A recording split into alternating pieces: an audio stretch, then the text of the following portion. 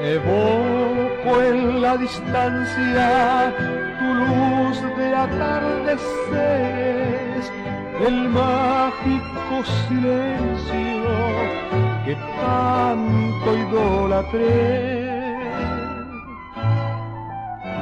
La sombra de tus calles vistiendo mis amores, allí junto a la amada que nunca olvidaré.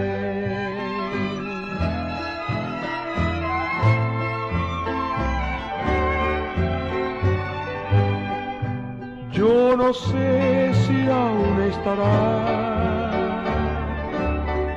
esa esquina de mi barrio donde antaño yo aguardara a la dueña de mi amor.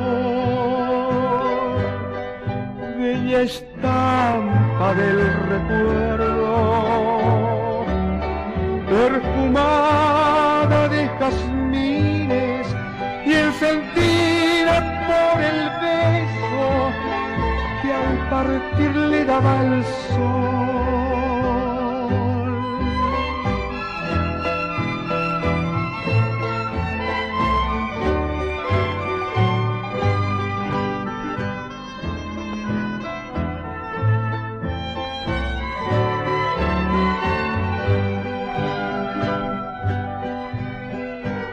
Las nubes de ese cielo tal vez ya se han marchado, cansadas de no hallarnos muy juntos como ayer.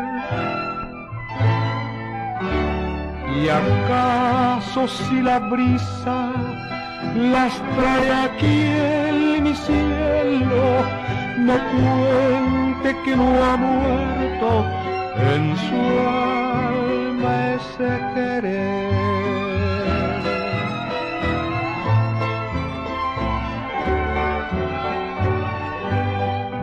Te imagino en la distancia, aguardando mi llegada, y en tu negra cabellera una flor de recedad.